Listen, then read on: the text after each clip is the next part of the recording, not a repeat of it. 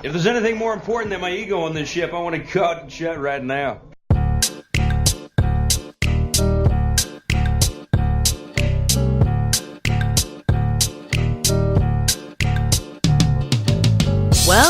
Well, fangirls and fanboys, if it isn't episode 41 of Electric Fancave on ElectricBeast.com, Corrigan Vaughn and Kristen Latterell front and center with the pop culture news making our world a little more interesting this week. The Hunger Games hits theaters in mere days, so we're going to have a talk about their amazing promotional campaign so far. Chris Pratt has been all over the place once again. Hallelujah. We'll tell you how he's been awesome this week. Willow and Jaden Smith are either total morons or the smartest kids on the planet. We'll let you decide, I guess. And Mindy Kaling's Instagram wins everything. Everything. Let's talk about that. Kristen. Yes. Corrigan. Good. Good. Life's good. Yeah.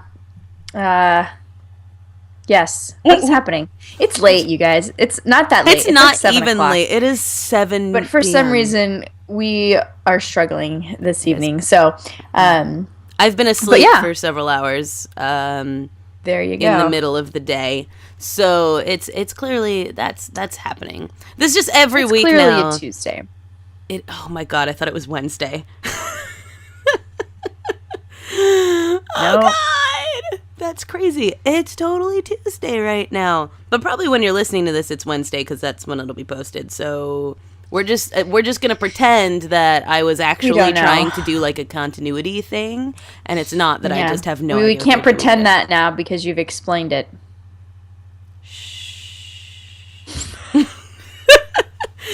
Oh golly. Just saying.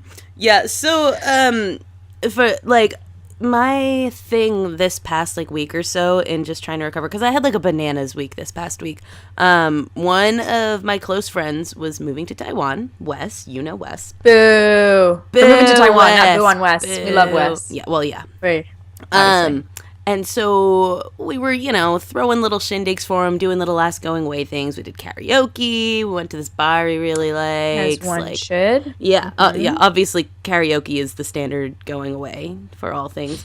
And we helped him move and helped the person who was moving into his place move in. And so, like, it was just like go, go, go all weekend. And so when it got around to Sunday, I like just sort of like crashed, and I was like, I got up and made myself coffee, and then I sat in bed drinking coffee, and I first binge watched all of the Last Week Tonight that I had missed. So it was like weeks of John Oliver that I had not seen. The salmon cammon is my new favorite thing. And then I got sucked into a Graham Norton spiral. Oh man. Yeah, and then you sucked me into a Graham Norton spiral. I did, and I knew it would happen, and I was just like, I just want it so bad. Yeah, you know what? I was okay with it. Yeah, because I don't know if you guys know who Graham Norton is. He's like a British talk show host, and essentially he has, it's like a, I don't call it a panel, I guess. He usually has like a multiple guests out at once, and they all like sit around and drink wine and talk about whatever. Yeah, because it's not like strictly promotional the way a lot of ours are, so like, yeah, so sometimes they're just there. Yeah, the celebrities aren't, like, all in the same thing or anything like that. Like, it'll be, like, random groups of celebrities on this couch shooting the breeze. And the one that sort of, like, really set me off, because I've been watching a lot of these lately, and I've always loved Graham Norton. My mom always loved the So Graham Norton Show, so we would watch that. But the thing that got this spiral started particularly is somehow I ended up watching the one where Mark Wahlberg got super drunk during the interview and became entirely unmanageable in this. And the most wonderful way. Yeah, and it's so fun to watch, but like, he's with Sarah Silverman and Michael Fassbender and Graham Norton, obviously, and they are so annoyed with him. Like, just like, they don't really seem to think it's cute, and they can't tell a story because he keeps interrupting every story that they try to tell. Like, at one point, Michael Fassbender's trying to tell a story about him and James McAvoy crashing like a golf cart.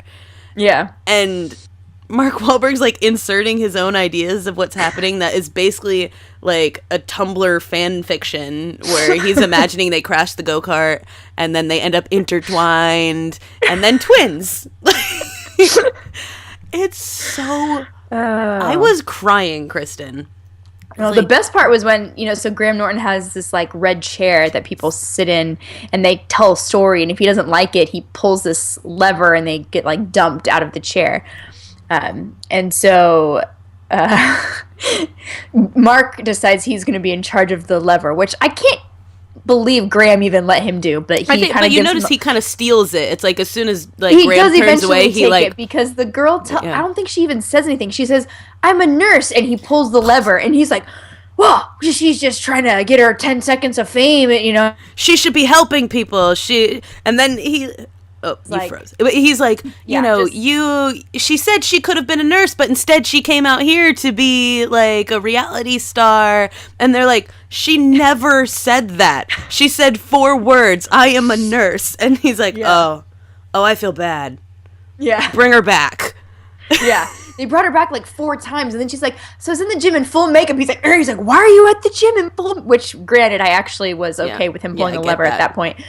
And then he's like, "Okay, sorry." So they bring her back in, and she's like, then she says, "I was at the gym in full makeup and my tightest top." And he pulls the lever. He's like, "Why is she at the gym?" This whole thing. And then she ends up telling the story, which is awful. It's an awful story. Even if she hadn't been interrupted 12 times, it was still a terrible story. And then even then, Graham's like, "Oh no, that was pretty terrible," and he ends up pulling it back out.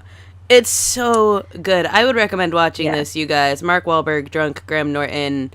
It's like 13 minutes long or something, or 15 minutes long, but it's worth every second of it. Like, I just cry. It was so funny. It was pretty good, but that did send us into kind of a downward spiral. For example, then there was one where Jamie Dornan, bless. Oh, his heart. We find out he couldn't like walk properly. You guys, here's the thing. Jamie Dornan, Corrigan and I have just enjoyed him so much before this whole 50 Shades of Grey nonsense. So we were both a little bit sad when he was going to be in that movie, because we're like, you know what? Now it's going to be like tainted by this whatever. And so we were so sad. But the story he tells, so first of all, he's this like charming Irishman who's just wonderful. His he was Belfast accent. Once Upon a Time. Yeah, he was in Once Upon a Time, and he was wonderful. And then he was in this TV show that I only watched about one episode. I don't even know if I finished the first episode because I got so creeped out I had to stop watching it. That's right. I forgot that you stopped. Remember, I watched one and I was like, I can't do this. I live alone. Yeah. I'm like, I can't do it. Yeah. In this show, he plays like a serial killer. It's called The Fall. He's like a terrible, like, rapist serial killer, which is like for me the worst, even worse kind. So if you live alone, like, don't watch this show. You're not doing yourself any favors. Anyway, so he's like, but it's so funny because like in real life he's just so charming and wonderful, and he tells the most adorable story of how he like doesn't really know how to walk. He's like, it's always been really self-conscious the way he walks because he walks on his toes. Anyway, I'm not going to rehash it for you. You just need to watch it because it's so cute. And Aaron Paul, who was like runner-up for most adorable man in the world, is sitting next to him, and it's just like the look on his face every time he tells us, he's like laughing, and then he's just like, oh my god, like he feels so bad for him. Like I want to say it's Aaron Paul and I think Ant and Dec are with him on it, if I remember correctly. It's the two. Honestly, I only recognize them from Love Actually. They like host the like song. Ant or Dec. Yeah. So I think I think they played themselves in Love Actually. But I was like, hey, those are the two guys from that. And so they're on there, and all of them are just so sympathetic and so like wonderful towards him. Like they're not making. I mean, they make fun of him sort of, but it's like in the most wonderful way. There's a solidarity to this. And it's so charming to find some guy who's like as hot and wonderful as Jamie Dornan, who has like such a ridiculous problem, and he demonstrates his walk, and it was so cute. You're gonna like it. You are really going to like this. Trust me. And then there's the Henry Cavill, who I'm like now also.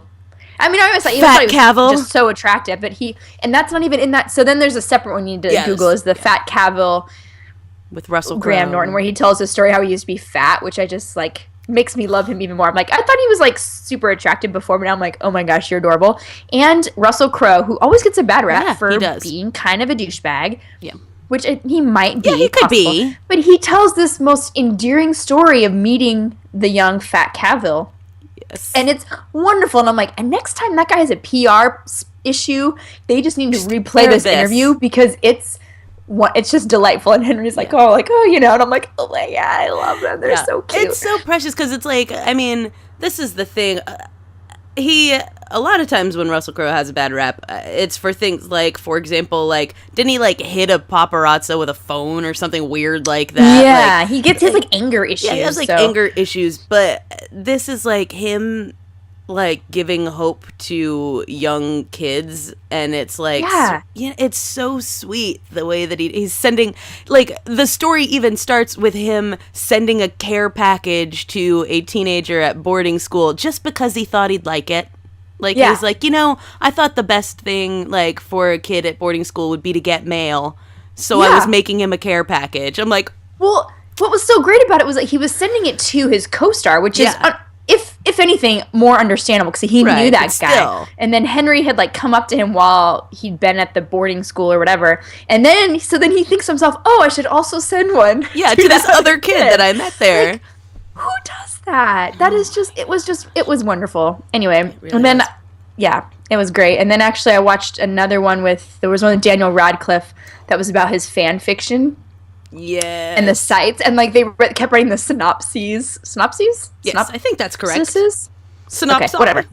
Synopsi of these like fan fiction stories that I'm like, tears are running down my face. And then they decide to write their own. But Ricky Gervais is one of the other guests on this show, and he's like, no, don't put my name on this, like I'm like an actual writer, you know.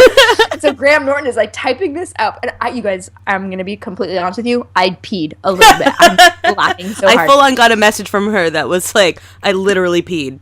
I legit just peed just a tiny bit. It was laughter pee, and I'm just telling you, it was amazing. And then there was also a Benedict Cumberbatch and Chris Pine where they were like going head to head about their fans. Oh my, yeah, it was Pine Nuts versus Cumber. They called them Cumber. I think they still call them. Was it still Cumber Bitches? Yes, it was. It was something like that. Yeah. Well, he tried not to call them that at first. Yeah, because that's always the fraud thing. I think it was Chris Pine was actually like they called themselves this. Like he kind of interjected, or someone did. Anyway, and it was just delightful. And so if you have time to lose, I wish I lived in England or had that channel. I know, because it's on BBC America, too. Is it? Yeah. See, the channel has everything I want to watch. I know, it has everything. It's not fair. It would cost me, like, another $50 to get that on my TV package, and this, like, wounds me to my core that I can't do $50? Yeah. Come on. I feel like maybe if we write a letter, do you think they would listen to us if we, like, wrote them a really heartfelt letter? We're pretty persuasive. If you pretty sure.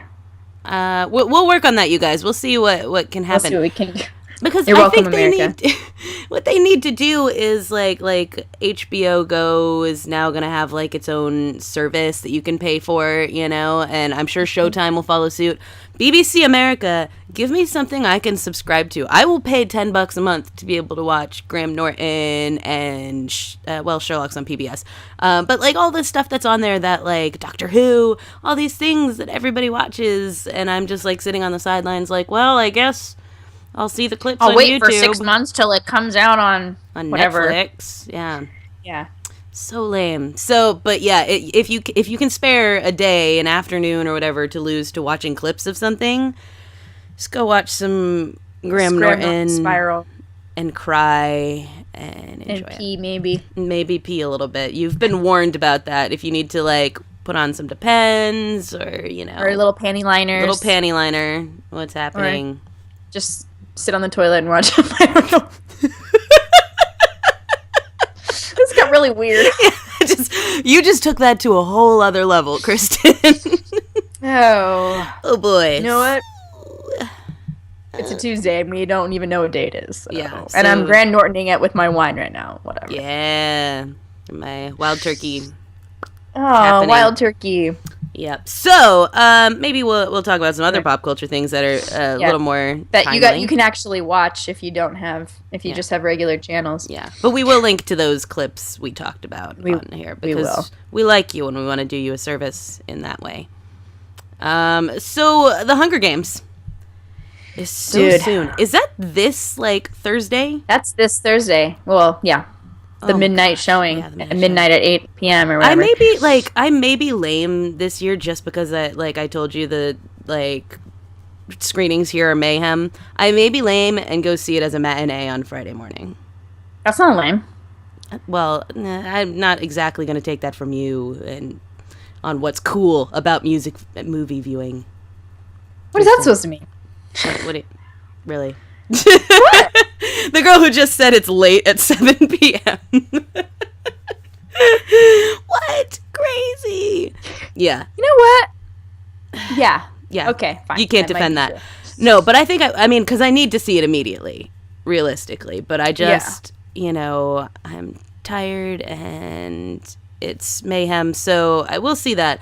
But the greatest thing, and I haven't seen as much, like, which is surprising, maybe because they're saving all their energy and money for part 2 of Mockingjay, but I feel like the promo tour hasn't been as, like, ubiquitous as the past ones have, where it's like J-Law's everywhere, like, I was about to say PETA, Josh Hutcherson's everywhere.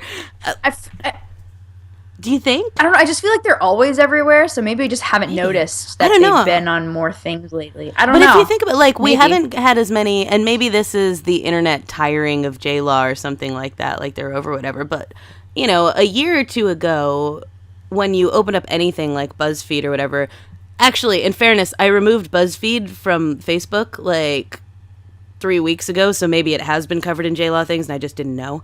But like really the only thing we've been talking about her with is Chris Martin for a while.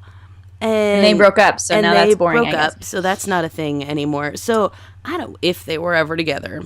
Yeah, really. Whatever. So that's also. Yeah, so I feel like, you know, they're not everywhere. We don't have like tons of clips to go off of this time around. But what we have are gems. So definitely. I guess we'll start off with the SNL one, which is everybody. So Woody Harrelson hosted SNL this past weekend, and so it's the first time he had hosted since 1989. So of course they do a spoof kind of thing on Taylor Swift, you know, and so he's like, I think I remember a little bit more about 1989. He's like, it's a little fuzzy because of the drugs. And you're like, oh my God, are you on drugs now? Because he was very, I think that's just how Woody is. So yeah, he also could be one of those people who's like stoned enough that he's kind of perma-fried. Yeah. You know, like those people who are just like never hot, never not high. So, yeah. So he is like singing this song. It's like, oh gosh, it's pretty much amazing. And then Liam and Josh come out and they're kind of helping him. And then Jen comes out and they're all kind of like, ooh, in the background, and like he's like a terrible singer, but it's he's awful, just incredibly heartwarming and wonderful, and it's so cute, and it just kind of, I think it really even shows. You always hear the stories, at least definitely from the first couple, of just how like close knit these actors are. Yeah, and so I think this is one of those things that really just shows how they just kind of play off each other, and they're like, Jen's like, it does her like Woody Harrelson impression, which is just like all like slurry, and I think she was messing up, but it actually she messed up, but it worked because it was like she was trying. She was like you always say, like the advice you always give me, and she starts it, and then she flubs the line, and then she just goes because you're always high. Yeah. and Liam looks so uncomfortable, which makes it even better. Like when they start singing and stuff, like he his entire body is just kind of like, this is not a thing I do. Yeah. But I'm here. That's what I love about him, because I feel like he's the one that, although I feel kind of bad, I feel like he's the one they always pick on, maybe, because he is kind of like awkward, even though he's so attractive. I'm like, right, you should own it more. Like, as attractive as you are, you should like be into this like awkward weirdness because you're still hot. Yeah, but he like can't handle it and is like so weird about it, and the other two are just like such goobers. They're like and like always giving him a hard time. But well, he's probably like, I feel like he's probably like the sort of observer one who either like takes it, you know, just takes their like things, or just watches them go, you know, because he doesn't seem like, he's not a wildly witty person. He's like the Dave Bautista of the group. He's the Dave Bautista. I just like to observe. That's the best part of my day. Dave Bautista. This is what I love about this cast, because it's like, we had this great Guardians of the Galaxy promo tour, and now I'm like, give me more Hunger Games promo, because I feel like they've got some gold in there. if you really just let them go, if you just kind of wind them up and let them go, you can get some. Yeah, that's all you gotta do. I need to get in and watch some like press junkets and stuff because those are always entertaining. Well, there was one the other day that I didn't actually watch it because I just glanced and I saw it, and it's like it's the three of them, and Liam is answering the question, and while he's talking, Josh and Jennifer are like playing some kind of game or something, and I don't even know what the Wahlberg game was. Yeah, essentially they're just like stealing the show from poor Liam, who's like, he's like Linus, not Lionel. Lionel Richie. No. So anyway. Yeah, and then it's really adorable. Yeah, then Liam does get his little moment on his own on Jimmy Fallon, and I don't remember. Like, did he ask about how did it come up? Did he ask about what's awkward? They were getting Twitter questions, and so Josh Hutcherson had been on earlier in the week, and they had sent in Twitter questions, and so they did the same thing with Liam. And so one of the questions was, "What's the most awkward scene you've ever shot?" And he just goes, "Oh, any scene kissing Jennifer is awkward." And Jimmy, of course, like, "Wow, what does that mean?" He's like, "She makes a point of either eating something really garlicky or tuna fish right before the scene, and then won't brush her teeth." And she'll always be like, "Yeah, I just ate tuna right before this. I didn't brush my teeth." And he's like, "Great, I'm excited to get up in there." It's so funny. Oh my gosh. Oh, and he's just dejected. He's like, yeah, she always does it. Which is half hilarious and half kind of makes him want to puke. I don't think I'd even be able to do that. Especially the tuna. Yeah, I don't think I'd be able to shoot it. Wasn't as repulsive. I'm like, it's kind of gross, like secondhand garlic. I'm like, but the tuna, I was like, I'm not a tuna person, so I'm like, I'm like, oh god, that's really bad. I think any kind of makeout scene too, just if someone has eaten anything and not brushed their teeth is gross. Yeah. You know, if you are going to be getting all up in there, you don't you don't want particles. Right. And it's already awkward enough because it's not real, you know? And he said, he's like, she's one of my best friends. So it's already kind of awkward that you have to make out with her. And then it's on top of it, she's making it more awkward. And he's just like, God, it sucks, you know? Although I was thinking about it. But he's adorable. And he's got this Jeremiah Johnson beard going on, which I'm super into. So hirsute man. And his accent is in full force, which is always my favorite too. And I always forget he has it until he starts talking. I'm like, oh, that's right, you have an accent. This is he never plays an Australian guy. No, even one of the first things I ever saw him in was this movie called Triangle, which is one of my favorite movies, and it's an Australian movie, but everyone in it plays Americans. And that's confusing. Yeah, so the entire cast, I'm guessing because they probably wanted it to have international appeal or whatever, and thought maybe because Americans what's more internationally appealing than an Australian accent? I know, right? This was their folly. Maybe this movie would have been more popular had they been Australian. You know what? They need to really ask our opinion on these things because I could tell them. They should consult us. Because I was have you? Anyway, it's got him, Henry Nixon. What's that blonde woman who has her Teresa Palmer? No, I don't know. Who it is. She's Australian and she's kind of got kind of bunny teeth, and she's blonde. I have no idea. She was on The Good Wife and whatnot. I didn't watch that show. Okay, well, you would know who she was if I weren't, for some reason, spacing. Melissa George? Yeah! That's exactly who I'm talking about. She was on Alias. Aha! There we go. Yeah, so she's in this, but they all play Americans in it. So, legitimately, I never hear him using an Australian accent. And so it's it just tickles me when we actually get to hear that. It just makes him even more adorable. And there's something that makes it's I don't want to say it makes him sound dopier or whatever, but it makes it so that it's more of a oh, womp womp. Yeah, and he's the kind of Aussie guy. He's not even the American, it's no, I'm Australian, I'm awkward. In every way, the outsider, but obviously in the best way. The other thing that I loved about his interview is that they asked who his childhood Hollywood crush was, and he said Alyssa Milano from Charmed.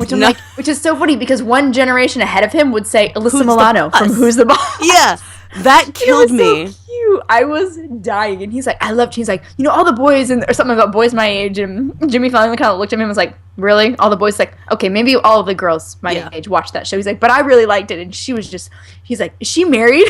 Yeah, that was adorable. Is she married? He's like, oh. And Jimmy's Jimmy's so sincere about it. He's like, I think she is. Okay. Yeah. Sorry, but yeah, that cracked me up. Like, when he said Alyssa Milano, like, I forgot about Charmed. So I was like, were they playing reruns of Who's the Boss? Who's the Boss? And then I was like, oh, no, he's a baby. And that's the other thing they bring up on SNL, that none of them were born in 1989. Right. I was like, what? So relatedly, Little Mermaid came out in 1989. 25 years old. Yesterday, November 17th, 1989. That was the first movie I ever saw in theaters. I mean, like, as, like, a conscious, like, I'm sure my mom took me to, like, movies or whatever, and I just, like, slept through them.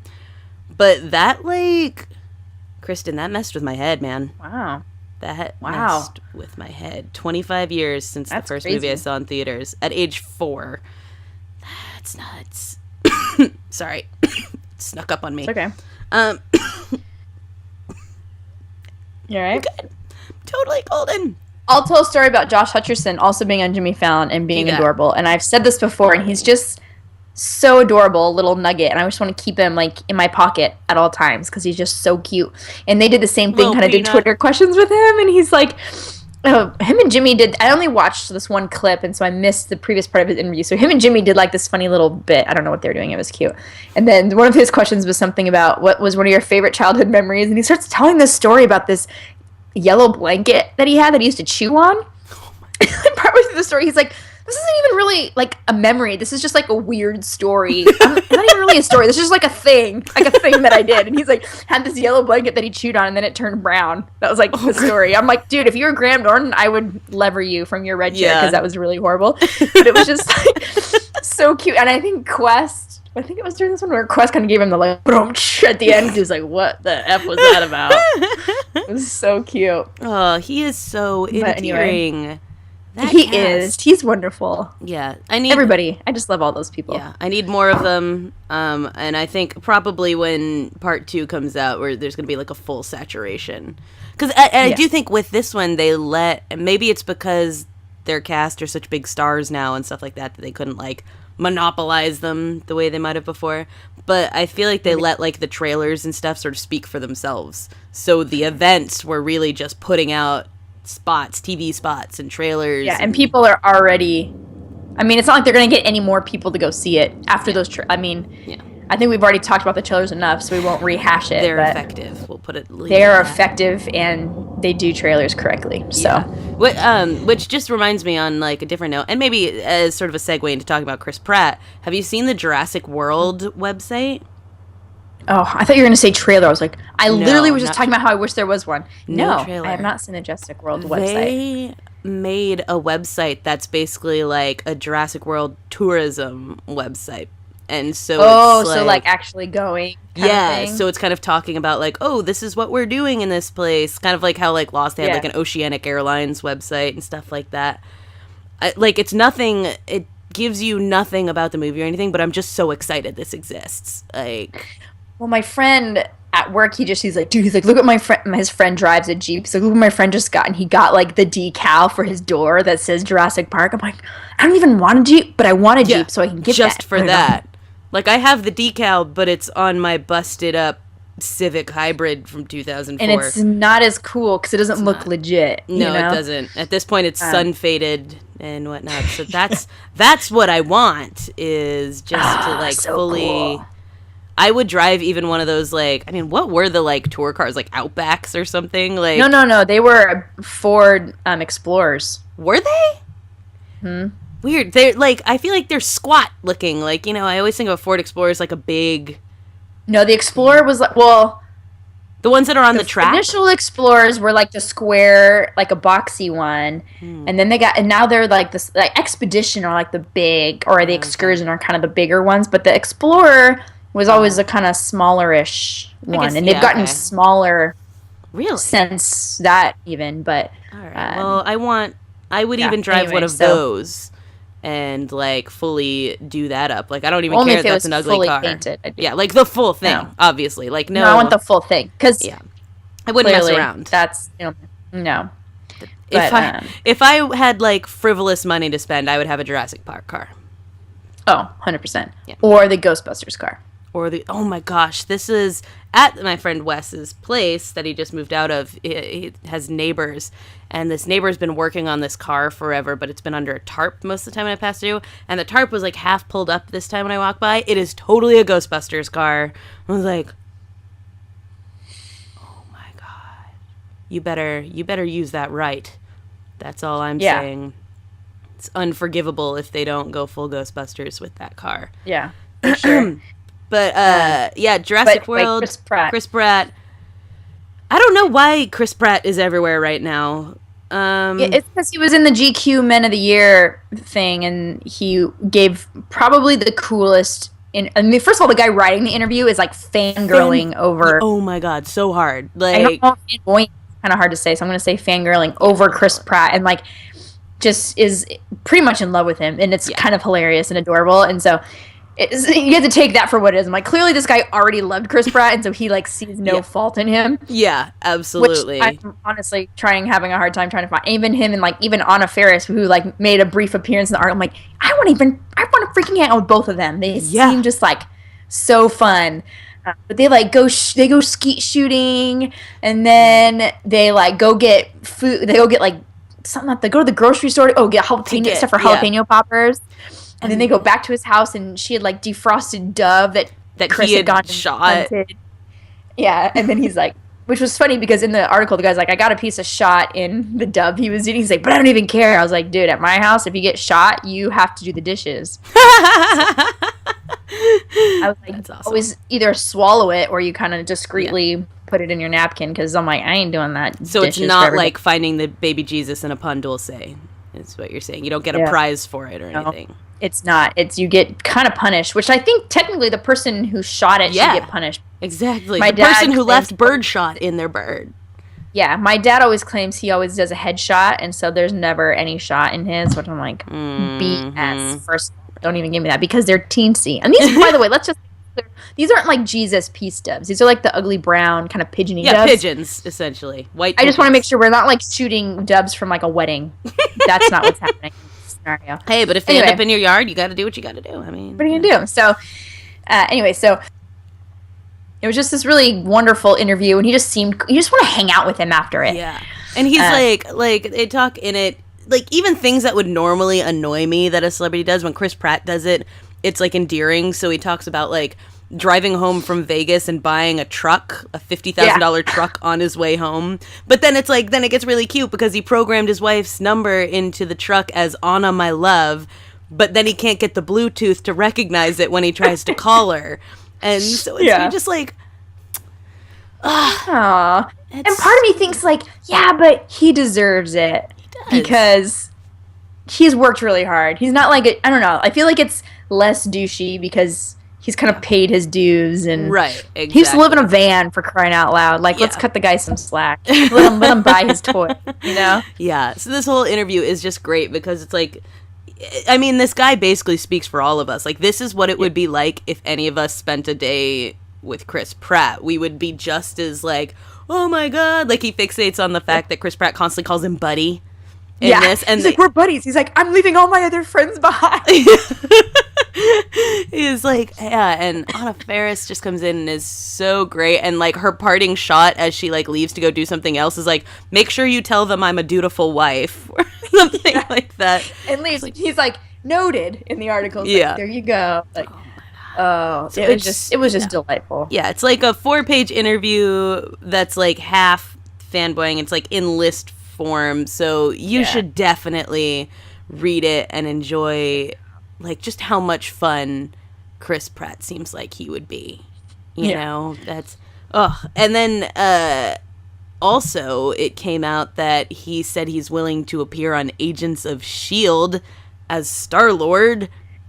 Oh my gosh, which is like super annoying because I've been super bummed because they keep having these spots of like Agent Carter's been recently in Agents of S.H.I.E.L.D. Yeah. Which I watch and see, and this is my problem. I have a really short attention span with TV shows, so I think I gave it I think I watched the first episode. Yeah, me too. And if I wasn't immediately, I'm not like super hooked right away, or if I don't have some kind of like other people watching it to make me kind of keep with it, I'll drop it. So I did. And now I'm super bummed because I'm like, I'm missing all my freaking Agent Carter. If Star-Lord is in it, I'm going to be like, F. I'm going to have to read up on it and then watch the episode he's in, clearly. Yeah. And they keep previewing all these Avengers things right before episodes. I'm like, oh. And the thing is, like, from everything I've heard, like, across the board, people were like, meh, when the show started. So it wasn't just us. It was bleh. Yeah. But it's apparently gotten so good. But it's just like, now I'm so far behind. And, like, catching up is just not on Netflix. Daunting. Yeah, it's not on Netflix. And so I want to be able to watch these, like, special episodes and things that are going on during it. But I don't know. This is, like, my weird... I should just, like, suck it up and watch only the episodes I want to and, like, read about it so I have context for it. But I'm so weird about spoilers sometimes where I'm like, well, if I watch here, what if I want to start from the beginning and then I know what happened and... But then again, if you saw Avengers... It's like Avengers tied into the movie, remember? Yeah. So that because there was a character from Avengers you found out was part of Hydra. Yes. Not Avengers, sorry. From Captain America, Winter Soldier. Yeah. So it's like one of the characters from the show was in the movie. You found out he was in Hydra, and then it comes. It's like the backlash of like, oh, that guy's actually in Hydra. You're like, yeah. It's just so it's so intermixed, which I think. I mean, it's like my basic. I mean, this week I tried to, and I haven't watched them yet, but I really want to watch Chicago Fire, Chicago PD, and SVU because it was a giant crossover week. Yeah. And I think I've mentioned before, I love crossovers. I don't even watch any of those shows, but I'm like, I want to watch all of them because I just wish that all TV was in one giant universe. One world. Yeah. And I wish, like, one of my biggest dreams in life would be, like, like, I want, like, Gotham to somehow show up on The Flash. And I love when Flash and Arrow correspond, which they pretty much always are corresponding with each other.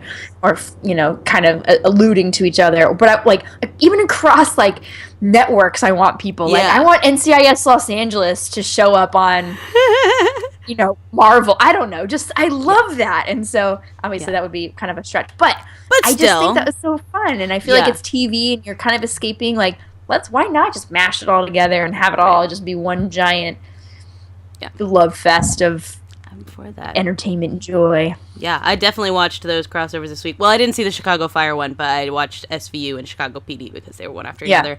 And I usually do watch those shows fairly regularly anyway. I just didn't get caught up in time on Chicago PD. Yeah. I didn't have time. And so then when season 2 started, I was like, it was the same thing. I'm already behind, whatever. Like, my girl Sophia Bush is in it, so I'm like, ugh. Yes, with her raspy voice. I love her. It's like I follow her on Instagram. I just want to, like, be her friend so bad. Her and I want her to dress me. The guy who's, like, the main... John Cena? No, the main guy. Oh, no, the main Hank? Yeah. That sounds right. Well, he looks like a Hank. He sounds like a Hank. He looks like a Hank. It's like their voices. It's great. I'm like, did they cast her as like a daughter figure to him because they have the same like her bad voice? They're male and female versions of like smoker voice. Ah, so cool. Yeah, so good. Oh gosh, I love her so much. Yeah. So, and then the other thing though is that People is supposed to announce their sexiest man alive for this year tonight, and speculation is that it will probably be Chris Pratt. Rumor has it. And I don't see why it wouldn't be. I mean, like, why would it honestly, not be Chris Pratt? I don't see that. Here's the thing. Like, for me, clearly you and I agree. Like, of course it would be him. Yeah, obviously. But not that long ago, we noted, like, he didn't have that many, like, Facebook followers or Twitter or Instagram. So he wasn't even as Guardians of the Galaxy was coming out and he was exploding. It's like we were still the only people who thought he was cool. Yeah, which was weird. It was like which was so weird. And so to me, it's kind of odd that now all of a sudden. I mean, granted, Guardians was huge and like number one movie of the. I mean, he did have the number 1 and number 3 movie of the year with the Lego movie. Yeah. So I mean, it makes sense. But to me, I'm just like, but everyone just seemed to like ignore him through it, and then now he's still a little under the radar. Like, I feel like he is. Like, he's not somebody who you see on the cover of like every magazine or even tabloids. Like, still, no one seems to care about him. Right. And I think, so maybe I have a skewed idea of him because, like, I even looked recently, and he's got more Facebook followers than he did, 6 months ago or whatever, but still, like, I think it's under 1 million. So he has, like, less than, like, literally everyone else in the cast. Like, Dave Bautista has more Facebook followers than Chris Pratt. And, like, Sean Gunn has more Facebook followers than Chris. Someone tweeted the other day, like, just Sean Gunn is James Gunn's brother. Like, and like basically in it was like they had just had that revelation. Oh, yeah. Like, I was like, yeah, they kind of look like almost like the same person too. So, you know, but I just thought that was really funny. I'm guessing because everyone's rewatching Gilmore Girls right now. That's probably what. That's exactly what it is. Yeah, that's probably what triggered this sudden revelation. The name recognition didn't click for me until I saw some kind of thing with him. He was in the CGI green suit, and I'm like, hey, hold on, that super annoying guy from Gilmore Girls. To me, that's everyone on Gilmore Girls. Yeah, I know you don't like that one. I was just watching it the other day though, but the hot dad, super into him. I don't even care what you guys do. Who's the hot dad? I don't even know who he is. He's just the guy that plays Rory's dad is like super hot. And every time he shows up, I'm like, hot dad is here. So hot. Fair enough. I can accept that. Anyway. Speaking of hot things, let's talk about Mindy Kaling's Instagram for a minute. You guys, I'm dying. They are in like my home right now. For one thing, they're taking pictures in the redwoods. My later half of my adolescence was spent in Mill Valley, California. They're in Muir Woods. I should be there. You should, actually.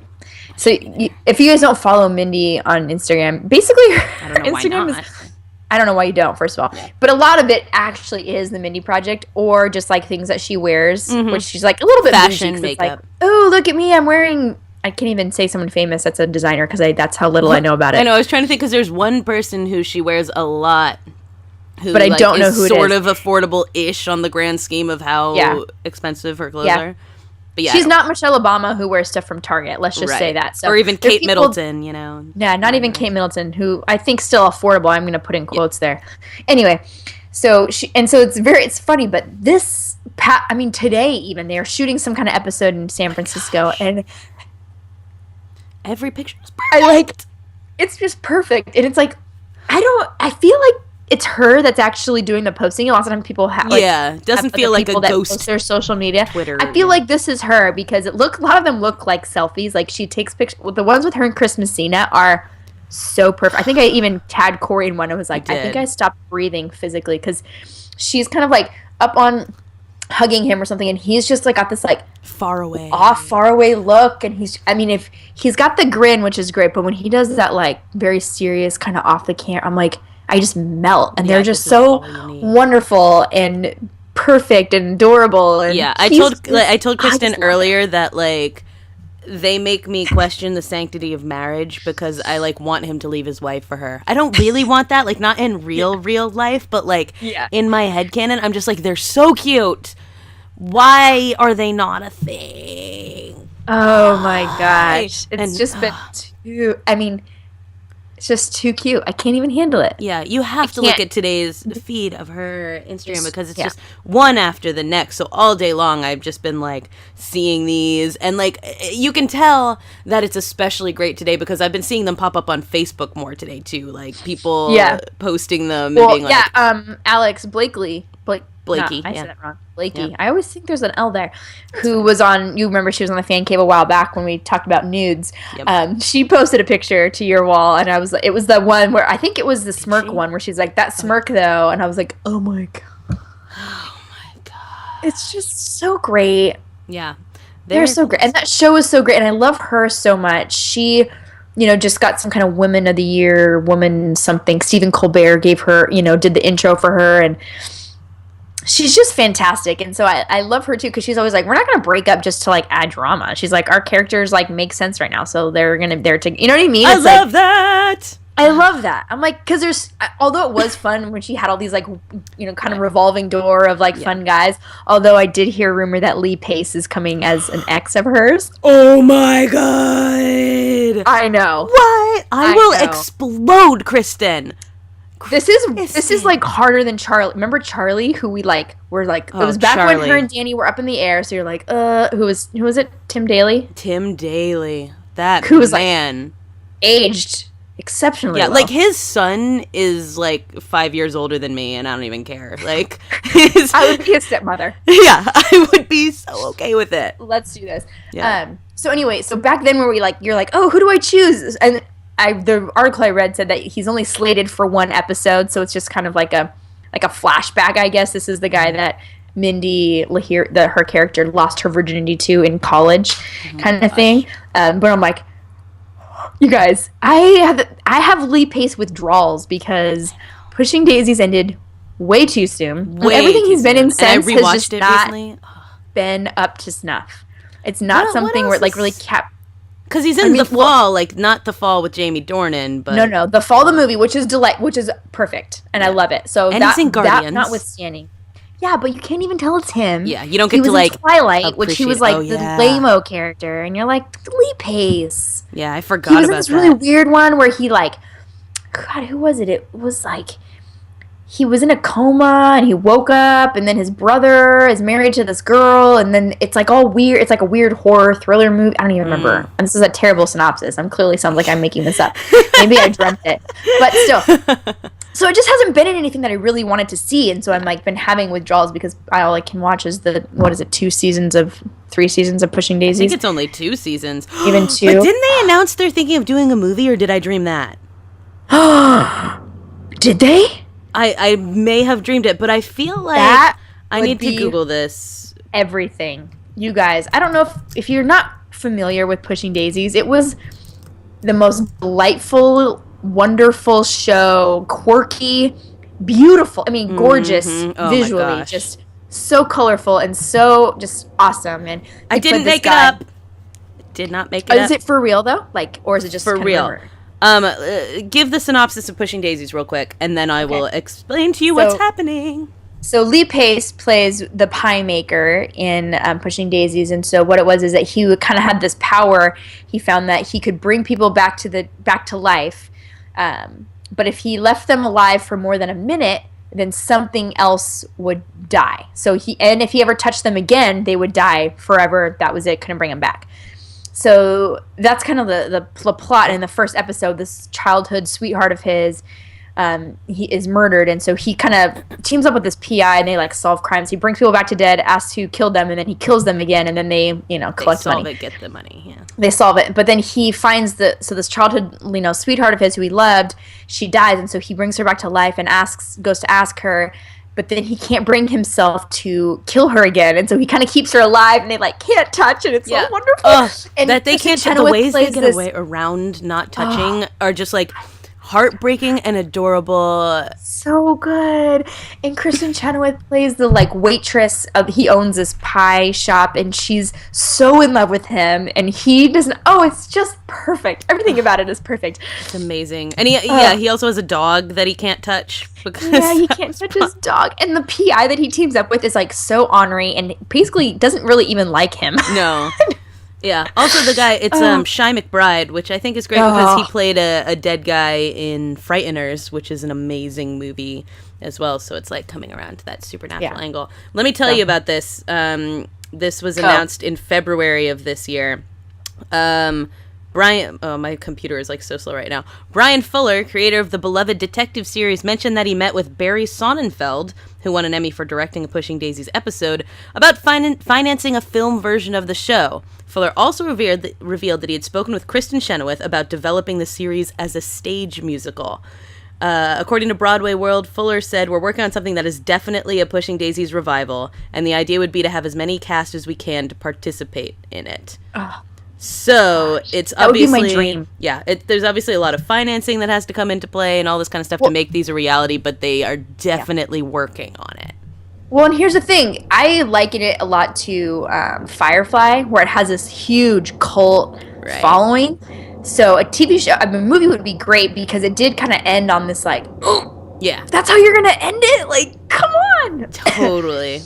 Which, I think, and so that's what I loved about Serenity, the movie, is that it was both bittersweet because it was great because you're like, that's like this great story of how they kind of wrapped it up, but then you're like pissed because you're like, this would have been so great as a series if they'd been able to draw it out, and then all these little different avenues they take. So I feel like a Pushing Daisies movie would really bring some closure, although it'd also be super bummer because you're like, this could have been so like, great if people this is watched where it could have been. It'll be the thing that we can all point to and be like, this is what, by not watching, you guys all ended on us. You should have been watching it at the time so that we would be on like season 8 of this show and have all that prettiness and wonderful. It was so good. And it was so good. And his facial, he has those like those little like. Remember when he would do that with his face? His facial expressions are so expressive. I mean, he's really oh no, I'm sorry, false. The greatest movie thing he's done since Pushing Daisies is Miss Pettigrew Lives for a Day, which is my gosh, so wonderful and endearing. I watched that movie. I actually might watch it after we're done. Right now. You probably should. I think that's a good decision. It's great because it's very short, so it's not like I'm going to be up late watching it. Because I think I probably I love it. I probably like The Fall more, but it's not as rewatchable because you like sob so much and you know, things and like The that. Fall, honestly, like as great as he is, that little girl steals that. I don't know if you guys have seen The Fall. It's essentially he's in a hospital in like the 20s or 30s or something. Like he's hurt his back and he's in this hospital, and this young girl who's like an immigrant, and she doesn't really speak a lot of English, and so she comes to visit him, and he tells her these stories, and he essentially manipulates her into getting medication for him. Right. He's addicted to painkillers.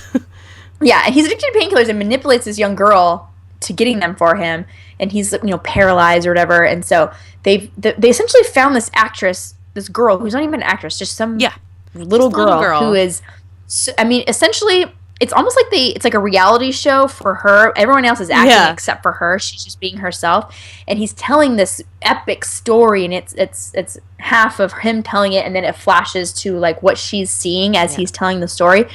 She's got this great imagination, and if you watch the behind the scenes, it's just perfect. And she speaks like no English, so like half the time she has no idea what's going on. Yeah, she has no idea what's going on. They actually led her to believe that Lee Pace was actually paralyzed. Yeah. So at the end of the filming, he like gets up out of the wheelchair, and she's like, "You can walk!" Like, it's just so great. It's so great. So good. Yeah. Oh, it's so great. So, watch anyway, that. I feel like we are gushing. We are more than we normally gush right now, but but Lee Pace. Yeah.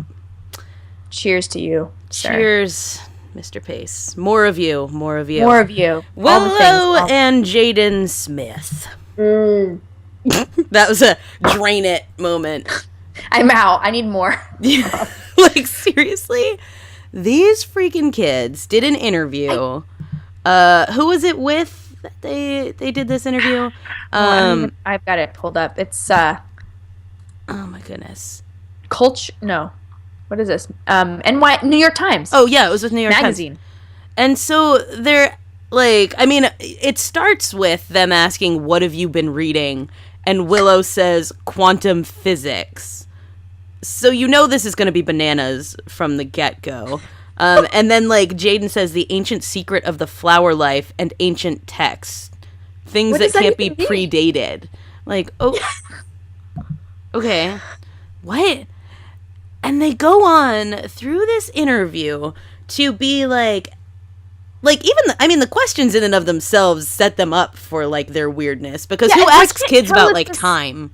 Well, that's the thing. I can't tell if this interviewer is, like, taking them really seriously. Right. Like, trying to like, oh great, like what do you think about that, or if he's mocking them. Right. Yeah, it's like impossible to tell. It's all text, because like not tell. One of the questions that like you see floating around right now is like the interviewer asks, "I'm curious about your experience of time. Do you feel like life is moving really quickly? Is your music one way to sort of turn it over and reflect on it?" Which is not a question you normally ask. Like, so they're what, like 14 and 11 or like. No, she's 14 now. He's 16. 14 and 16. 16 and she's 14. Yeah, that makes sense. And so, like, who asks kids that? And then Willow's response is, time for me, I can make it go slow or fast, however I please, and that's how I know it doesn't exist. Jaden says, it's proven that how time moves for you depends on where you are in the universe, which I guess, like, theoretically makes sense. It's relative. Then it's relative to beings and other places, but on the level of being here on Earth, if you are aware in a moment, 1 second can last a year, and if you are unaware, your whole childhood, your whole life can pass by in 6 seconds. But it's also such a thing that you can get lost in. And here's the line I want on a T-shirt. Willow responds, "Because living." Yeah, and you're like. It's almost like when people say I can't even, and you're like waiting for them to keep going. You're like, you can't even. What? I'm like, because living. I'm like, but like he have you guys gets seen Interstellar too many times? Is that what's happening in this question? They have this strange like twin vibe though, because she says because living, and then he's like right, because you have to live. Because you have to live. There's a theoretical physicist inside all of our minds, and you can talk and talk, but it's living. And she says it's the action of it. Yeah. Well, and here's the thing. So a while back, there was this YouTube video that I actually really liked watching, and it was what English sounds like to people who don't speak English. Right? And so what it was is like I'm listening to these, and it was so weird being an English speaker, being like, oh my gosh, like I kind of I mean, it just sounds like they put words together randomly. No and that's syntax. What I feel like. I like legitimately, if they'd recorded this, I feel like that's what I would have been watching. Yeah. I feel like I was reading the script for that YouTube video. Yeah. Because I'm watching. I understand the individual words. Like, I know these are all English words, and I know what they mean by themselves, but, like, in this sentence, it's like, but you're not actually saying anything. Like, you realize this, right? You're not saying anything. But they're so young. Like, and so my thing is, I mean, in a sense, I think... Like, Jaden Smith is always sort of razzed for his Twitter feed and saying weird stuff like this, you know, and being, like, weirdly philosophical in a way that's beyond where, like, a 14-year or a 16-year-old should be. But, like, there's a part of me, too, that's like, I don't know, like, maybe all of this will manifest into something that makes sense. Like, they're so far ahead of the game in, like, the things they're reading and all that like maybe but like they're 5 not, because Willow doesn't read novels. She only writes her own. And that's true. She only writes her own, which is weird. But in terms of reading ancient texts and things like that, I'm like, okay, well, maybe 5 years from now when they like realize like they're not great philosophers, it might turn into having like a really like well-formed worldview of, because I feel like Jada and Will don't talk like this like in interviews, and maybe they're just good at like being like, that makes us sound crazy in public, and this is actually what they talk like in real life. But I'm like, maybe this is their approach to becoming autonomous people, is that they've decided they're really into philosophy, and it's going to, you know, it's maybe a phase, but maybe that's going to like put them in a place where they like understand the abstract better than other people. I don't know. I'm trying to be optimistic about it. I think that, and I applaud you, because I just was like, what is happening? Yeah. I felt like I felt, this is an overused line, but I felt like I was taking crazy pills. Because and especially because this, like I said, you can't tell with this interviewer like what he's thinking. Granted, this is, I'm sure it's edited, so I'm sure like whatever led to him asking that question about time, there must have been something else that they said, because it seems very out of the blue. Yeah, to just start with that. Yeah, to just kind of start with that, like, oh, you know, what have you been reading? Also, what's your experience of time? You're like, was it because he said quantum physics? Like, I don't know. And so you're right. Yeah, they're either way smarter than all of us. Yeah. Or just like they have no super crazy. Yeah, because there's like this little bit of it that sounds like the girl you wish you hadn't started a conversation with at a party from SNL. You know? Oh, exactly like that. 100. Oh my gosh, you nailed it. That is completely what it is. It's the mixture of the girl you wish you hadn't started a conversation with at a party mixed with that video of what English sounds like to non-English speakers. It's like those two people came together and had a baby, and this is what they talked about. Yeah, and this is happening. They start talking about like holographic realities and like, and you're just like, you're just saying words. Right, and then they keep, okay, and maybe this is just me being old, but he keeps talking about, he keeps saying any song that we like to listen to on the PCH by other artists. Now, PCH to me is Pacific Coast Highway. I think that's what they're talking about. Because is that what they're talking about? Yeah, because he says in there something about like the melancholiness of like the waves or something like that. I wasn't sure, because I went back and I couldn't figure out what they alluded to. Like, I'm like, But I'm wondering if someone from Missouri is going to know what that is. Like, is that a widely used term? I can guarantee they have no idea what that means. Okay. We didn't even use PCH in Northern California, so... Our listeners from South Africa are going to be like, what the F is PCH? I'm like, don't worry, I was also confused and I'm from here. Exactly. It's a highway in California. But it just, like, so weird. It's what are the things worth having? And Willow's like, a canvas, paint, a microphone. And it's like, is this a haiku? Are we writing poetry now? And are they this is what I want to know is, like, when they talk to their friends, is this what they talk like? Or is this the performance they put on to look smart or whatever? I mean... Right? Yeah, when Willow's hanging out with, what's his face from Hannah Montana? Yeah, right. Shirtless in his room. Is she like, dude, because living. Yeah. He's like, right. Yeah. Yeah, I know. Like, what? What is... And, like, from what I can tell, like, I feel like they're not drug users or anything like that. It seems like they're like they're self-assured young people with weird interests. And I'm sure, you know what I should do is go talk to, like, my hippie family. As I've probably mentioned before, my brothers grew up in a commune. They're hippie people from New England, and they're all about the energies of life, and they've done lots and lots of hallucinogens and things like that. So I should talk to them and be like, you guys, does it, like, when you read this interview, does this make sense to you? And maybe they're gonna be like, yeah, that's exactly how I feel about the world, and we're just like some squares. And they're like, here. they're like, yeah, Corrigan, because living. And we're like, of course.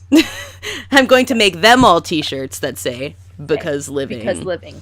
Yeah, my brother Krishna says all kinds of weird things on Facebook that I don't understand, and he probably would get it. I'm going to send it to him. Krishna, what do you make of this? Krishna. I think that really says it all. Yes. His name is Krishna. So, what more do you need to know? This, like, the rest of my family, they all have, like, normal names. There's, like, Eric, Zach, Devin, Aaron. Well, okay, maybe not normal. Corrigan. And I was like, like, you do know you have... I'm a wild card. Ethan, and then there's Krishna. Although even in the realm of names, like Corrigan is more normal, because Corrigan's isn't that like a surname? Yeah, it's a surname. It's so at least it's name. Like a. That's very East Coast. It makes sense. Krishna is the wild card in all of these. Krishna is really the wild card, because I'm like Corrigan. Yeah, I'm like on this. I guess on the range next to Devin, I'd probably put Corrigan closer to Krishna, but I'm still gonna put Krishna very far on the end of that. That scale of names. I met a bartender this week whose name was Fielding, and we had a conversation about having our family's last names as first names, which is a weird thing, but I think it's better for a guy. Part of me thinks that's really cool. I'm like, that's great. And then part of me is like, did you think about the kid at all when you think about what that was going to be like? Have you ever tried to fill in the bubbles on a standardized test? They don't make enough for Corrigan, Russell, Alboy, Vaughn. I was going to say, and then you had a hyphenated last name. It was like, you didn't even have a chance, girl. I didn't. I got a rough start that way. Rough start. I mean, I thought lateral was hard. Yeah. Ugh. I didn't have anything on you. I had a friend in school. Her name was Catherine Elizabeth Archibald Woodward. Ooh, that's which is all very normal. Yeah, but I mean, like it's just like a lot on the bottom of her Bible in like elementary school, junior high. It was like it almost like wrapped around the next line. It was so long. That's what my driver's license is, multiple lines, and so oftentimes when I go to like the airport or whatever, they're confused. They're like, "Wait, this doesn't match your ticket." And I'm like, no, it's just that my name is really long. But I did know a girl that like her name was Zoe Vasiliki Athanasia Gary Bullard. Oh, and wow. I actually was like, I think that might be worse. Although also at least, and then in your case too, it's like Corrigan Russell. It's like you're that kid that's constantly like you're on the phone. Your mom's trying to register you for something. They're like, "Oh yes, your son," and she's like, "No, it's my daughter." And you're like, "Okay," because it's a very ambiguous name. This happened to me when I went. It's not even like the middle name gives you any help. It's not like nothing, Corrigan no Nicole. Hints. Yeah, it's like, oh, we're gonna make this as difficult as possible. And then, and I'm sure your mom didn't do this, but I work at a church, and so lots of times when we have today I made the mistake of it was a Riley, and I called it a she, and it was a man, yep, a that boy. Could go either way. Luckily, the mom was very nice about it, but sometimes I get these parents who get mad at me, and I'm like, you can't get mad at me when you name your child something that could really go either way. Yeah, exactly. Like, what do you want me to do? Like, know intuitively that your you daughter's should just name feel is her energy. Charlie, Michael, whatever, and I'm supposed to know that that's a girl. Yeah. Why would I know that? Anyway. Sorry. Well, it's like, it always reminds me, like, in Mean Girls, you know, when they're like, we have a new student from Africa, and, like, welcome. It's like, I'm from Detroit. Like, I was in the physical therapist's office the other day, and it's, like, me and this other guy sitting there, and the physical therapist walks out very confidently, walks up to him and goes, Corrigan? And he's like, I was like, that's me. And she, like, turned and she was like, oh, I am so sorry. Like, that poor guy's name was Avery. Just kidding, Avery. I know that's a historically boy name. You did say that to us, so I apologize. Yeah, after he told us it was like King of the Fairies or something like that. Yeah, so we're like, Avery, guess what? It still sounds like a girl's name. Sounds like a lady name. He does want to come back and hang out with us again soon. So. I would love to have him back. Yeah, good old. I liked him. Gavery weighs a whole ton. We can't wait to get you back. Let's move on here about Benedict Cumberbatch, and his name is getting a lot of play right now. There was this great thing. Someone posted this. It's National Novel Writing Month, also known as NaNoWriMo. Which I always like half participate in. I've managed to finish it twice. This is not going to be one of those years in which that happens. But someone posted this in the NaNoWriMo like Facebook group, and it's, I don't know what it came from. It like genuinely looks like some magazine or newspaper was having a laugh, and it's like a photo of it, and it's like the bottom of Benedict Cumberbatch's face, and then the article says this. Quaint heartthrob body snatch cummerbund this week announced his engagement to theater director Sophie Hunter, to the mass upset of millions of his enamored viewers. Buffalo Custard Bath, 38, is best known as the lead role in hit BBC series Sherlock, and has also had prominent roles in 12 Years a Slave, War Horse, Tinker Tailor Soldier Spy, and voices the dragon Smaug in the Hobbit trilogy. Formidable acting repertoire aside, Bumble Snuff Crimpy Snitch's fame is largely attributed to his dashing persona and his unusual name. We look forward to Mr. and Mrs. Cabbage Wank's wedding. Cabbage Wank is my favorite. I already said it. But if I could put two together, I would mix it up and I would call him Bumble Snuff Cabbage Wank. Yeah. Oh my God. It's so good. Yeah, I have no clue where that's from. If you know where that came from, please tell me. I want to, like, shake the hand of whoever wrote this. It's written in British English. It has, like, the enamored with a U or whatever, so that much I can tell. But it's so good. Because we've been seeing a lot of Cumberbatch in the news lately. He's also got another article that's about being the man behind the meme of having Cumberbabes and all that. And Imitation Game comes out in 2 weeks. Imitation Game is coming out, so... Which is going to be phenomenal, so... But so I found he's kind of on the circuit of shows. He was on Fallon, and they played 3-word story. So they had they could only say 3 words, and so they each had like a secret word, and they had to they were supposed to tell a story, and they each had 3 words to do it. But the person who got the secret word was trying to get the other person to guess what it say that word, which was incredible.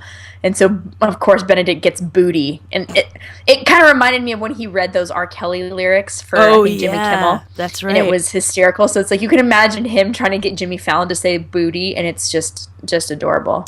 But genius. Anyway, and then Corey sent me this Benedict Cumberbatch name generator. Yeah, this is on Tumblr. Right now, the last name I got when I hit it. So if you go to benedictcumberbatchgenerator.tumblr.com, you can play this. It's very simple.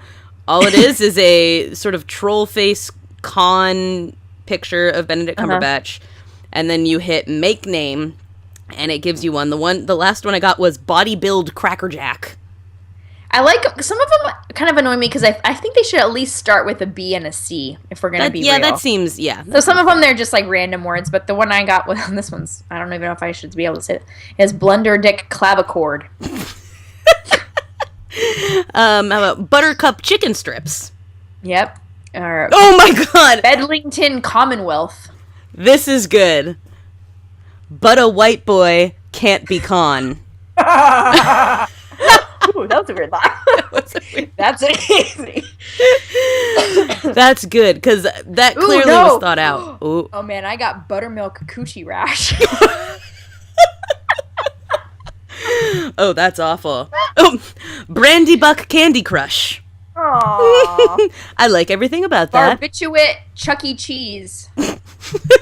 That sounds like some sort of like meth user's dream. This one doesn't start with a B. I got Rinky Dink Camel Toe. Yeah, see, I don't like those ones. I'm like, if you're gonna do it, it's gotta be a B. I'm skipping to B and C ones. I got Beetlejuice Crumplehorn.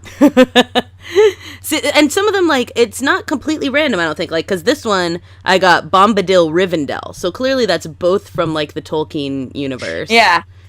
But a white boy can't be con is clearly intentional. Clearly the best one. Obviously the best one. Yeah. Benadryl. Bumber Stump Collywog. I mean, these are so good. Billiard Ball Custard Bath. I like that. I got Boiler Dang Custard Bath. A lot of them sound like plants from Harry Potter. Yes. Actually, I like... Bert. Yeah, even though this one doesn't quite fit, I mean, some of them I think go by syllables. I kind of like this one. It's Honky Tonk Ampersand. Feel good about that. Oh, man. Yeah, so this is a fun little game. That you can do. Yeah, you can click around on, lose some time to maybe make your new Twitter name out of it. That's always fun. So Benny, you keep on doing your thing. You do you, man. You're doing well. Yeah. So we've covered most of our topics. I do want to give a shout out to Jojo Carlman. Oh man. Who, if you nailed it, you may not remember this. This was a while back. I mean, like 20 episodes ago. It was a while. Kristen and I came up with... This is from May. Or 1st of June, actually. Our first episode in June. Wow, We're so inclined. So it was a while ago. What do you know what episode number that was? I remember. This was our road trip episode. Yeah, it was the road trip one, after we came back from San Francisco. So we had come up with our really lame superhero alter egos. Mine having, the sole purpose of getting people to vote in local elections. And Kristen's being about teaching people history. And our superhero names were Votron and Historia, which I'm pretty proud of. I'm also proud of them. Yeah, the names are way cooler than the superheroes themselves. Yes. But Jojo Carlman made us so bomb. He drew us as these characters. Kristen, are these not the most amazing things in the world? Here's the thing. So Corey has lots of friends who are artists, and she is constantly, I feel like, being drawn into Bob's Burgers or just caricatured? Whatever. Being drawn into these, like, super fun cartoons or just fun. And so I'm always, like, a little bit jealous. I'm like, I wish I had a friend that would draw me into a Bob's Burger or a, whatever, just a cartoon of me. Like, I could be a cool cartoon. So when you posted this picture, it was like all of my dreams realized, because when we came up with these characters, remember, we were like, yeah, comic book, we can't draw, so we're actually not going to be able to have this. So I was like so sad that we have these cool names for super lame superheroes. So you posted this picture, and it was like everything that I wanted it to be. I had like a band. I think I had elbow pads on one. Yeah, and you've got like these super Dredd-esque like shoulder pads. Shoulder pads action. I'm like doing, and you're like back there with your. I mean, obviously you already have the cool hair. Oh, and you've got like the eagle on your chest. Yeah. And I'm like, douche. Douche. Like, dude, like. Awesome. Yeah, so it's kind of like Kristen's is sort of patterned after like Rosie the Riveter, and mine is like an Uncle Sam, but like way more badass. Yeah. They're so cool. So you have to look at them. I will definitely be posting that. It's also our like our Twitter photo now is us as Votron and Historia, and it's just so cool. So Jordan, cool. Thank you. Good. Props. Jordan, if you guys don't know, is the resident cartoonist for electricfeast.com. Yes. And he's done some pretty epic ones. So if you guys haven't checked him out, you should. We should link to some of the ones that he's done that are pretty good. So thank you, Jordan. We appreciate it. Thank you for giving life to our dreams. Yes. I feel so now if we can only find a comic book author to write us into an actual story. Maybe we can be in Todd Stashwick and Dan Calero. Was that his name? Or maybe we could be in Penguins versus Possums. Hey, Sebastian, put us in Penguins versus Possums. Sebastian, John, Lindsay. We'll just be in the background. It'll be like, hey, Run DMC. Remember us? You want us in your comic. Remember us? We could. I feel like that one's at least. No, none of this would work because those are all like very serious comics, and ours were just so ridiculous. So lame. But anyway, cool. Yeah. So that, check it out. It's super cool. I'm like wicked into it. The last thing we want to make sure that you know about is that the Fancave Fiction Club meets this Friday. Even if you haven't read the book, feel free to drop in and watch. We have a great time. We're reading Dr. Sleep by Stephen King, which is terrifying. Yeah, I'm like 20 pages in, you guys, and I'm not sure if I'm going to be able to do it. Yeah, I'm kind of a scaredy cat when it comes to books. She is, and TV and movies. And clearly, I watched one episode of The Fall, so yeah, and that was. I barely got through Joyland, another Stephen King one. I'm like, I don't know, this one seems kind of like. I still have to read that. Our other book club is reading Joyland right now, so we're on like Stephen King kick. Yeah. But yeah, so this is what we're reading. If you've already read it, great. So you'll have something to talk about. If you've just read The Shining or seen The Shining, you might be interested in it because it's the sequel to it. We'll discuss it. We actually don't really like super spoil things a lot in the book club, but we can also tell you when that is. So if you go to Goodreads and go to the Fancave Fiction Club, that's where the Google Plus link will be, so that you can view it and it'll be linked to on the blog as well. Unfortunately, Stephen King couldn't join us. Yeah, he really wanted to be there. He really wanted to be there. Had other engagements. He's, super famous and popular. He's working on his NaNoWriMo, so it's like he couldn't take the time. He's got stuck playing the Benedict Cumberbatch name generator, and now the spiral of Graham Norton and, Cuddle Wink Bubble Snuff. I don't know. That was good. I like that. That's close. So, on that note, thank you for joining us this week in the Electric Fan Cave. 41 episodes in and still going strong, and we're so glad to have you. Between listening to episodes of Serial and Welcome to Night Vale, we're glad you make room for us in your routine. And so make sure you stay in touch. Tweet at us, Facebook us, all that jazz. We're listening, and we love to hear from you. We love your comments on our YouTube. You're always so nice to us, which is great. We really appreciate that. And so, make sure you subscribe to us on everything, on iTunes, Stitcher, SoundCloud, wherever the podcast is found, and we'll look out for you there. Anything else, Kristen? I think so. I think that's it. We've hit all the high points. We did a great job for being half asleep, I think. I think so, which is very sad. We're old. We're so old. Listen, oh, man. We were seeing Little Mermaid in the theater 25 years ago. We're too old for this. Wow. So, till next time, Corrigan Vaughn. I'm Kristen Latterall. Peace out, everybody. That's good. Game. No, we're so good at that. Are you kidding? We should do one right now because it would be ridiculous. What's the Fancave? Because we're brilliant. We're so good. We're so good at the podcast. So good. That was supposed to be Sweet Caroline, but I don't think you could tell. No, I definitely thought you were going for the James Brown song. Is that? No, I got you. So good. That was unrecognizable. Wow. Watch the Fancave, everybody.